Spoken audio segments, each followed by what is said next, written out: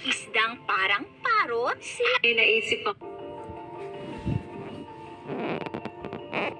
may isdang mabuhok, may matinik, may parang hugis box. Isdang parang parot, sila yung kumakain ng corals.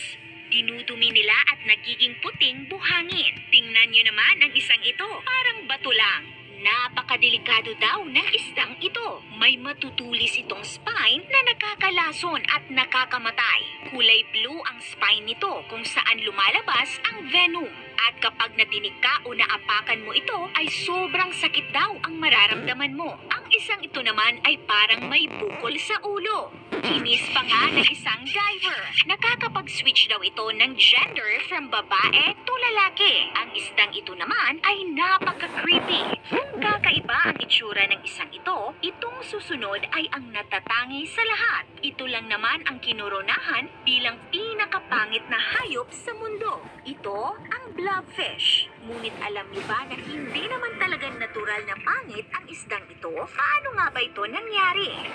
Ayon sa National Geographic, mayroong 32,000 species ng nabubuhay na isda sa mundo. Siyam ng species nito ay uri ng blobfish o kilala rin sa tawag na flathead sculpin. Lahat ay miyembro ng Cyclolotis genus na ang ibig sabihin ay nakatira sa malalim na bahagi ng dagat. Kung ang karamihan sa mga kilalang May naisip ako ngayong kaloohan for today. Siyempre, kailangan natin man-trip luya. Dahil hindi isinama sa My Day, lalaki, umano'y sinaksak ng kanyang girlfriend, patay. Dahil hindi isinama sa My... maraming nagtatanong bakit daw hindi na Oh! Johan! Nakakagulat ka naman! Kailan ko ba dumating? Teka! Paano ko nakapasok?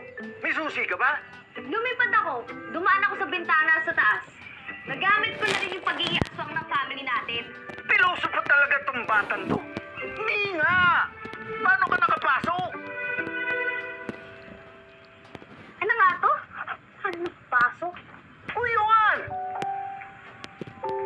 Oo, ma. Sobrang weird yan ni Lolo eh. Nagiging ulyanin na. Sige anak, pagbalik ko pupuntahan ko kayo kaagad dyan ha. Ano ibig mo sabihin ng pagbalik mo, ma? Wala man lang sense of urgency. Tatay mo tong pinag-uusapan natin, ha? Pues de no, mama.